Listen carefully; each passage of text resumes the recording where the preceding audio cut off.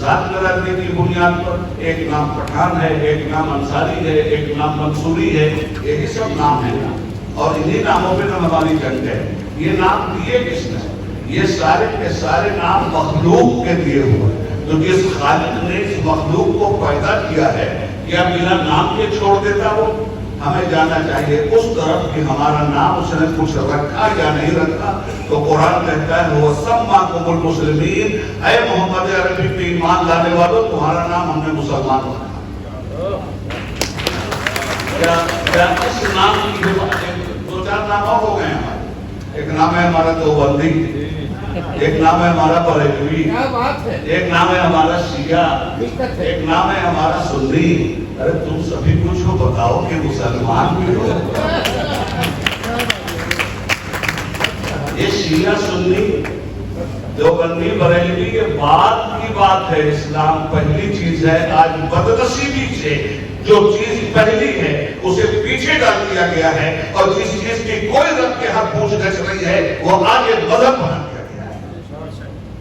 تو اگر آپ کی یہ جھگڑے نہیں ختم ہوتے تو آپ راستہ تلاش کر رہے ہیں نا۔ راستہ دیکھیے، ہر آدمی اپنے لیڈر کے ذریعے راستہ تلاش کرتا ہے۔ جن مسلمانوں کے پاس قرآن جیسا دستور ہو، محمد عربی صلی اللہ علیہ وسلم جیسا نمونہ عمل ہو، قسم ہے ایسی بیداری کو بیداری نہیں کہتے کہ آنکھیں جاگتی ہو آدمی کی روح سو جائے۔ ہماری روح آئین ہند کے معاملے میں بھی سوئی ہوئی ہے اور آئین اسلام کے معاملے میں بھی سوئی ہوئی ہے۔ اس لیے میرے بھائی میں آپ سے عرض کروں، اسے پڑھ بھی دوں گی، بیچ میں بولتا بھی جا رہا ہوں، تو عرض یہ کر رہا تھا میں کہ ہندوتوا طاقتیں آئین کو پتلا بنا کر رکھنے اور عداوت، نسل پرستی، تعصب اور نفرت کے فاسد نظریے کو قائم کرنے کی کوشش کر رہی ہے۔ اس نے ملک کو خطرے کی طرف لے جانا شروع کر دیا ہے۔ وہ عام ہندو عوام میں فرقہ وارانہ زہر گھولنے اور ملک میں فرقہ وارانہ تقسیم اور پولرائزیشن کو گہرا کرنے میں کامیاب ہو چکے ہیں۔ سنگھ پریوار کے عام ممبروں کو سڑکوں پر مہلک ہتھیاروں کے ساتھ اور اشتعال انگیز نعرے لگا کر ہنگامہ کرنے کے لیے چھوڑ دیا گیا ہے۔ جیسا کہ ہمارے بھائی شہید کلکرنی صاحب کہہ رہے تھے کہ ایسا معاملہ تو کبھی نہیں دیکھا گیا۔ رام کے نام پہ ہتھیار، بھئی آپ نے رام کی جو ہسٹری لکھی ہے میں اس ہسٹری کے حوالے سے کہنا چاہتا ہوں، میں کسی ایسے رام کو نہیں جانتا جس کا کیریکٹر راون کا ہو۔ میں اس رام کو جانتا ہوں جس کا کیریکٹر سماجی انصاف کا تھا اور جو ہندوستان میں اپنی پرجا کے ساتھ اپنی جان دے کر اپنے پرجا کی حفاظت کرنے کا ذمہ دار۔ میں اپنی تاریخ نہیں بیان کر رہا ہوں، جو تاریخ مجھے پڑھنے کو ملی ہے۔ تو رام کا لیجئے نام اور راون کا کیجئے کام جو آج ہو رہا ہے۔ تو ایسی صورت میں میں یہ عرض کرنا چاہتا ہوں کہ سنگھ پریوار کے عام ممبروں کو سڑکوں پر مہلک ہتھیاروں کے ساتھ اور اشتعال انگیز نعرے لگا کر ہنگامہ کرنے کے لیے چھوڑ دیا گیا ہے۔ وہ مسلمانوں اور عیسائیوں کی عبادت گاہوں پہ حملے کرتے ہیں۔ حکومتیں اور مشنری سے انہیں کھلی ہوئی حمایت بھی حاصل ہے۔ بی جے پی کے زیر انتظام مرکزی اور ریاستی حکومتوں کے تحت ملک میں نسبتاً ہم آہنگ اور خوشگوار سماجی اور سیاسی صورتحال پوری طرح سے ایک مخالفانہ اور باہمی نفرت کے ماحول میں بدل چکی ہے۔ بس بات ختم ہو گئی۔ نیوز میڈیا کو گھٹنے ٹیکنے پہ مجبور کر دیا گیا ہے۔ ملک میں جمہوری سیٹ اپ دن بدن اپنی قوت اور روح کھو رہا ہے۔ فاسسٹ اپنے ہندوتوا راشٹر کے قیام کے خواب کو پورا کرنے کے لیے جمہوریت کا جنازہ نکال رہے ہیں۔ مسلمانوں اور عیسائیوں جیسی مذہبی برادریوں کی موجودگی جنہیں غیر ملکی عقائد پر مبنی قرار دے کر یہ کہا جا رہا ہے کہ ان کو ہندوتو راشٹر میں رہنے کی کوئی جگہ نہیں، انہیں پتہ ہی نہیں ہے تاریخ۔ سب سے بڑی بات، آدمی کیوں کہلاتا ہے؟ اس لیے کہ وہ آدم کی اولاد ہیں۔ ہمارے سارے ہندو مسلم بھائی سب بیٹھے ہوئے ہیں۔ اگر کسی سے کہہ دیجیے تم آدمی نہیں ہو، ایمانداری سے بتائیے برا مانے گا کہ نہیں مانے گا کسی سے؟ تو یہ آدمی کہلاتا کیوں؟ اس لیے کہ پہلے آدمی کا نام تھا آدم، اور آدم کی وجہ سے آدمی کہلاتا ہے۔ ہمارے یہ بھی لگے نا کہ ہندوستان میں رہنا ہوگا تو وندے ماترم گانا ہوگا، اور یہ بھی نعرے لگے کہ گھر واپسی ہو جانی چاہیے، تمہارے باپ دادا تو ہندو تھے تو جو باپ دادا تھے وہی تم بن جاؤ. یہ نعرے لگے یا نہیں لگے؟ یہ کام ہوا یا نہیں آگرہ میں؟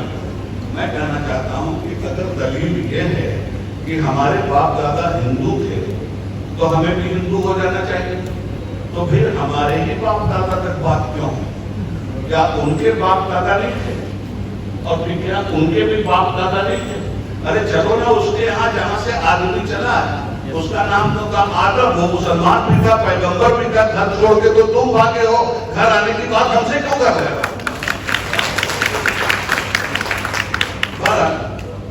بس یہ کرنا چاہتا ہوں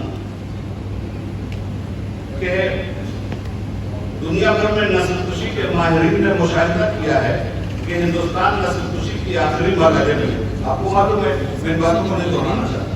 اب میں کہنا یہ چاہتا ہوں آپ حضرات سے کہ یہ صورتحال ملک کی سیکولر اور جمہوری پارٹیوں اور تنظیموں کی ذمہ داری کو بھاری بنا دیتی ہے. وقت کا تقاضا ہے کہ تمام فاسسٹ مخالف گروپ مل کر فاشزم کا مقابلہ کریں اور ہندوستانی آئین کو، روح کو بچانے کے لیے فرقہ پرستوں کے شکنجوں سے اس کو بچائیں. اب اس سلسلے میں کرنا کیا ہے؟ ضرورت تقریر کی نہیں ہے، ضرورت ہے تحریک کی. ہم سے پوچھا جاتا ہے مکان ہمارا، اور ہم سے پوچھنا چاہتا ہے کہ کیا ثبوت ہے کہ تمہارا مکان؟ ہم ہندوستانی، اور ہم سے کہا جاتا ہے ہندوستانی ہونے کا سرٹیفکیٹ دکھلاؤ. دکھلاتے ہیں. ہمارے اس سرٹیفکیٹ کو دیکھنا چاہتے ہو، ہماری آئیڈینٹی کو پرکھنا چاہتے ہو، ہمارا آدھار کارڈ دیکھنا چاہتے ہو، تو جس لال قلعے پہ کھڑے ہو کر 15 اگست کو اس دیش کا سب سے بڑا جھوٹا دیش کو ایڈریس کرتا ہے، یہی تو ہمارا آدھار کارڈ ہے. آگرہ کا تاج محل یہی تو ہماری آئیڈینٹی ہے. ہند کو ناز ہے جس پہ وہ نشانی ہم ہیں، تاج اور لال قلعہ کے یہاں پانی ہم ہیں. پھر بھی ہم سے یہ قلعہ ہے کہ وفادار نہیں. تو معاملات صرف ہمارا نہیں، ہم تو ستائے جا رہے ہیں کتنے دن سے، 75 سال سے نا، اگر مان لو. مگر یہ جو ہمارا دلت بھائی ہے یہ 5000 سال سے گزرا جا رہا ہے. میں انسانوں میں بٹوارے کی تقسیم کو تسلیم نہیں کرتا. کسی بھی ذات برادری میں پیدا ہونا یہ گنہگاری کی بات نہیں ہے. اس ذات برادری کے نام پر دوسری ذات برادری کو کچلنا یہ گناہ کی بات ہے.